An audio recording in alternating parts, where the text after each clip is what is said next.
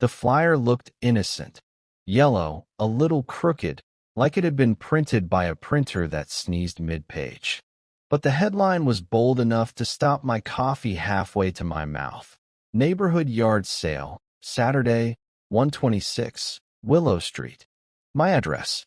I blinked at the flyer, then at the stack of twins clipped to the bulletin board at the Raleigh Community Center, and felt the kind of cold that isn't about temperature. I never signed up for a yard sale. I didn't even own a yard, strictly speaking, just a thin rectangle of grass that tried its best between the sidewalk and my small rental house. The date at the bottom was this Saturday, which was today, as proven by the cicadas tuning up like tiny motorcycles in the trees and the sun yanking the morning up by its collar. I walked home fast, heart pounding in an oddly friendly way, like it was saying, "Hey buddy, something's about to happen." I had exactly 4 hours to decide whether to hide in my house or lean all the way into chaos. By the time I reached my porch, a silver SUV had already slowed to a crawl, and a woman inside gave me a hopeful thumbs up. I answered with the kind of shrug that says, "I am technically a person." She rolled down her window. "Are you the one with the yard sale?" I looked at my porch. One wobbly chair, a box of winter gloves I'd never stored properly, and a broom that had clearly survived several lifetimes. "Yes," I heard my mouth say. "Yes, I am." The woman clapped her hands and drove onward, presumably to circle the block and be first in line for my pile of dust and regret. I went inside, closed the door, and leaned against it. My apartment was neat-ish, but not yard sale ready. I lived alone and traveled for work, software demos, mostly around North Carolina and sometimes down to Atlanta. So my possessions were a strange stew. Camping gear I used twice a year, a small mountain of mugs from conferences, and 3 jackets that all claimed to be essential. I started grabbing things almost at random. 2 lamps I never turned on. A set of mismatched plates that made me feel like I lived in an antique store that didn't pass inspection. A stack of books I liked, but would never reread because the plots had evaporated from my brain the moment I finished them. I found a shoebox of cables that had no known devices attached to them. Mysterious little black cords, probably from cameras, maybe from time machines. I set them aside in a box labeled $1 mystery wires. By 8:30, I had a few card tables borrowed from my neighbor, Mr. Lewis, who'd caught me sweating on the porch and said, "Gonna need some surfaces, son." He was 90 if he was a day and moved like a man who flirted with gravity for fun. He carried the tables one-handed like they were pizza boxes. "I'll be back," he said, with something legendary. He winked, and I had no idea what that meant. People started arriving at 9, just a trickle at first. A teenager with headphones who pointed at the mystery wires box and said, "These are fire," which I decided was good. A dad with a stroller who bought the wobbly chair, sat in it to test the wobble, and said, "It has personality." A woman with a tiny dog asked if I had any vintage cookbooks. I did not, but I lied and said I would check inside, which turned into me discovering a microwave-safe bowl with a crack in it and returning to say, "This is not a cookbook, but it is deeply experienced." She laughed. She didn't buy it. By 10, the sidewalk was a thin parade. I made small talk, took small bills, handed out small apologies. The sun climbed, and my porch became a stage. I felt weirdly alive, the way you feel when something breaks and you realize you can carry more than you thought. From behind my fence, I heard a small voice. "Do you have any video games?" I turned to see a kid with a gap-toothed grin and elbows like hinges. "No video games," I said, "but I have a camera that takes film." His eyes widened as if I'd offered him a telescope that looked backward into ancient history. He shook his head as if to clear it. "My mom says film is expensive," he whispered, like a secret I shouldn't tell. "It is," I said, "but this one comes with a roll." It did not. but I remembered a dusty roll in a drawer and sprinted inside, returning victorious and out of breath. His mom paid $5. The kid cradled the camera like it would tell him a story in the dark, and I felt a knot in my chest loosen. At 10:30, Mr. Lewis returned with a suitcase, battered and handsome. He thumped it onto a table with a flourish. "World War II," he said, patting the leather. "Came home with me on a rickety ship, survived 2 wives, 3 sons, and a dog who thought it was a chew toy." He opened it to reveal a velvet lining and a few old lapel pins that looked like stars from a planet with better manners. People gathered. A woman bought the suitcase for a price that made Mr. Lewis raise his eyebrows in polite shock. "Be good to it," he said, and she promised. He shuffled closer to me and murmured, "You're running a real operation." "I'm running from a typo," I said. He chuckled. "Same thing some days." When noon rolled around, I ran out of small bills, iced coffee, and confidence. A man in a wide hat asked if I had vinyl. A college student asked for a fan. Someone asked for a bicycle pump and then borrowed mine and never brought it back. But what is a bicycle pump if not a gift to the community? Somewhere on the block a grill fired up, and the smell of hot dogs made the air feel like a carnival you could afford. I took a breath and realized I hadn't thought about the mistake on the flyer for an hour. I had a yard sale because the world said I did, and somehow, against every reasonable expectation, I was having a pretty good time. Around 1, the heat turned up like someone had nudged the dial with their elbow. I dragged one of the card tables deeper into the shade and called it the cool table, which made no difference to physics, but helped morale. A couple from Greensboro pulled up in a hatchback with a sticker that said, "We break for yard sales."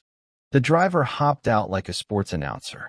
"What's the story here?" he asked, sweeping an arm at my inventory as if it required narration. "Printing error," I said. "Accidental host." "Best kind," he replied. "We once bought a lamp because the seller told us his cat used to nap under it whenever it rained. That's provenance." They bought my pair of lamps, cat-free provenance, I assured them, and the woman tucked them into the hatchback with the care of an art handler. Next came a slow lull, people drifting like clouds, stopping to poke at things, and then float on. In the quiet, I noticed little details I'd missed earlier. How the edge of one table had a dent shaped like Alabama, how the sweater pile cast tiny shadows that looked like mountain ranges, how a kid, with that overpowering summer energy, was tracing circles around a tree the way an airplane traces holding patterns above an airport. The kid caught my eye, pointed at the mystery wires, and shouted, "Spaghetti." His dad laughed, apologizing with his eyes. "He's working on metaphors," he said. "Strong start," I told him. "Technical spaghetti." I found myself telling stories to the items as people picked them up. The hiking stove? Been to Pisgah twice, boiled water like a champion. The conference mugs? They hold coffee just fine. But if you look closely, they also hold the memory of me pretending to understand keynote speeches. The cracked bowl? Honestly better at fruit than soup. In the mid-afternoon, a woman in a red sundress arrived and stood awkwardly near the steps, like someone who'd forgotten why they walked into a room. "I'm here because my aunt used to live in that house," she said, pointing 2 doors down. I saw the flyer and figured I don't know, browse nostalgia. She moved slowly along the tables, and I shadowed her at a respectful distance, as if I were the store's ghost. She paused at a small map of North Carolina I'd framed years ago after a road trip. The glass had a chip at the corner, a little moon missing from its sky. "I'm Elena," she said to the map. Then to me, "She taught me to drive in that carport, back when I couldn't keep the wheel straight to save my life." "I'm Nate," I said. "Accidental shopkeeper." She smiled. "I like the map. $2, I heard myself say, though I'd planned to keep it. She touched the chipped corner. "This part isn't broken," she said. "It's just where the light gets in differently." That sounded like something you'd embroider on a pillow if you were brave. She bought it and slipped it under her arm, and for a moment I saw the whole block younger and sharper in the heat, like memory was a filter I could apply to the afternoon. At 3, a summer storm rolled in like a schedule we'd all forgotten to consult. The first drops were big enough to have names. People looked up in unison, the way birds do when a shadow moves across the ground. The thunder burped in the distance, and the air went silver and cool. I started grabbing the more water-sensitive items, books, the suitcase, a stack of old Polaroids, and carried them inside in quick runs. Strangers stepped in without instruction. The dad with the stroller folded one table while balancing a toddler. The teenager with the headphones bagged the cables with the focus of a surgeon. Elena tucked the sweaters into a bin and clicked the lid shut with that satisfying plastic sound that means it's handled. We squeezed onto my front porch and waited out the spatter together. The rain hit the street like applause. Someone produced popsicles from a bag. How? Why? Who knows? And passed them along. I bit into a cherry one and felt like a kid who'd been let out of school early. We were a temporary club under a temporary roof. Mr. Lewis appeared with a plastic poncho that made him look like a Victoria's shower curtain and said, "Rain check?" "Nah, rain party." When the storm shrugged and wandered off, the street returned to heat with a new shine. Water pooled in the uneven parts, reflecting sky and tree leaves like a broken mirror that still did its job. The helpers drifted back to their days. I thought about calling it, packing up the leftovers and riding free on a sign. But the sky cleared with a theatrical flourish and a little breeze rolled in, enough to rustle the flyer taped to my mailbox, as if the day itself was turning the page. A guy in a crisp button-down with a real estate logo stopped by and asked if I planned to move. "Not today," I told him. "Let me know," he said, handing me a card with a smile that had closed 1,000 deals. I slid it into my pocket like a bookmark for a chapter one wasn't ready to read. Right after he left, the kid with the film camera returned, this time with a photo. He held it out two-handed. It was a grainy shot of the porch in the rain, all of us huddled with popsicles, faces soft and bright. He'd framed it so the ripples in the puddle looked like a tiny galaxy at our feet. "For you," he said shyly. I felt my chest get warm in that ridiculous movie way. "I'll trade you," I said, and handed him a fountain pen I'd found at the bottom of a drawer, the kind you keep because you think it might make you into someone who writes letters. For when you caption your masterpieces. He nodded solemnly, as if I'd knighted him. His mom mouthed thank you. After they left, I taped the photo to my doorframe with painter's tape that already knew its purpose. I stood there for a while, looking at the frozen storm on glossy paper, and realized I'd have to find a real frame for it later. The mystery wires were gone. So was the wobbly chair. So was a little disbelief I'd carried about people showing up for the right reasons. By 5, the street stretched out in the slow light that makes everything seem like a memory while it's happening. I had a few tables left. The sweaters no one wanted because Raleigh in July is an argument for minimalism. A stack of paperback thrillers with covers that lied beautifully. A blender I'd bought in a burst of smoothie optimism. I brewed a new pot of coffee and poured it into a chipped mug that said "Code like the wind," which I had never successfully done. A car stopped and a man got out wearing a baseball cap with an old Durham Bulls logo. He had that easy shoulders back way of moving that meant he'd spend a lot of afternoons in parks.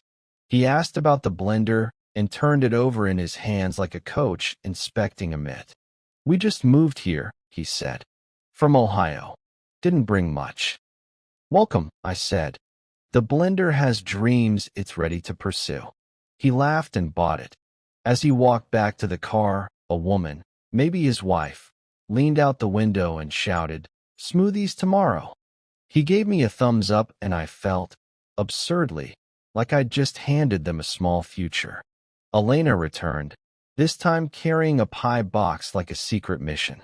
From Hayes Barton, she said, naming a Raleigh institution in the way locals do when they want to prove something is good. For your troubles. It wasn't trouble, I said, surprised to hear how much I meant it. It was a day. She smiled and tapped the box. Key lime. Only way to end a Florida-level afternoon. We sat on the steps with paper plates. The pie was tart and sweet in the way you hope a day will be. She asked what I did for work, and I told her about software and hotels and rental cars that smell like Thursday. She told me she taught second grade and practiced patience the way some people practice piano. It felt easy to talk to her, like we'd been sentences in the same paragraph for a while and just noticed. Mr.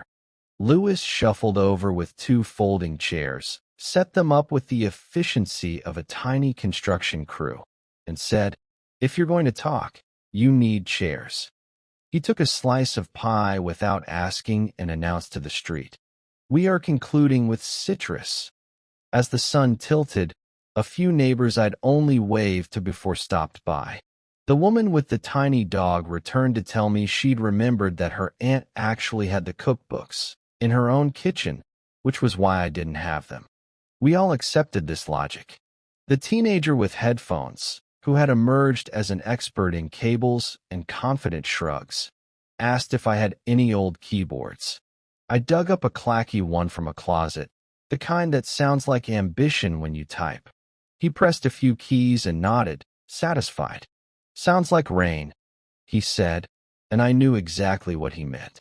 When the last stragglers melted away, I packed what remained into 2 bins, keep and donate. The keep bin was smaller than I expected. The donate bin felt like a promise to a future Saturday morning at a thrift store where someone would pick up my old sweater and imagine a life it could warm. I took the tables back to Mr. Lewis's porch. He stood in the doorway like a foreman clocking my return. You did fine, he said. Sometimes the day chooses you. Did it choose you a lot? I asked. Often enough, he said. But you learned to say yes without knowing the question. I walked home in the soft hum of evening, the cicadas shifting down to a lower gear.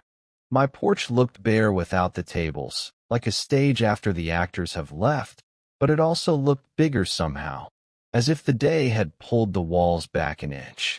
I took the tape off the photo carefully and set it on the mantel above the TV, propping it with a book so it wouldn't slide. The kid's galaxy puddle looked even better in the dim light. I wrote the date on a sticky note, July, and stuck it to the back. I thought about the real estate guy's card and placed it in a drawer, not to forget it, just to let it breathe. I washed the few plates we'd used and left them to dry, the tiny drops beating like new punctuation. When the house went quiet, I poured a small glass of seltzer, the fancy kind that tastes like someone thought about a lime across the room, and carried it to the porch. The street was empty and kind, and the sky over the trees was the color of peaches and beach sand layered together.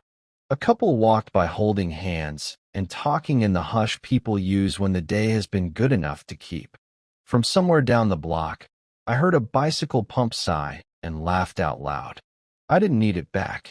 If someone was fixing a tire at dusk because of me, that was as close to a civic contribution as I'd made in a while. I raised my glass to the air and felt foolish and grateful in equal measure. The flyer on the mailbox had crinkled at the edges, the ink starting to fuzz, the address still mine. In bed, the house settling around me like a friendly animal, I played the day backward then forward, the way you do when you don't want to lose a good thing by sleeping on it. I saw the silver SUV, the mystery wires, the red sundress, the poncho, the galaxy puddle. I saw myself saying yes to a misprint and watched it open a door I didn't know was there. I wasn't moving. Not yet. Maybe not soon. But I felt a small shift inside, like furniture you slide an inch, and suddenly the room makes more sense. If I ever did sell this place, I thought, I'd include the story in the listing. One porch, one community, known to produce rain parties. The next morning, I need to take down the flyers, or maybe leave one up like a found feather. I'd need to call my mom and tell her I accidentally held a yard sale, and she would say, "Only you," which both of us would know wasn't true. It could be any of us, any Saturday, because sometimes the world hands you a headline with your address on it and asks what kind of day you want to have. Yesterday I chose open, and it chose me back.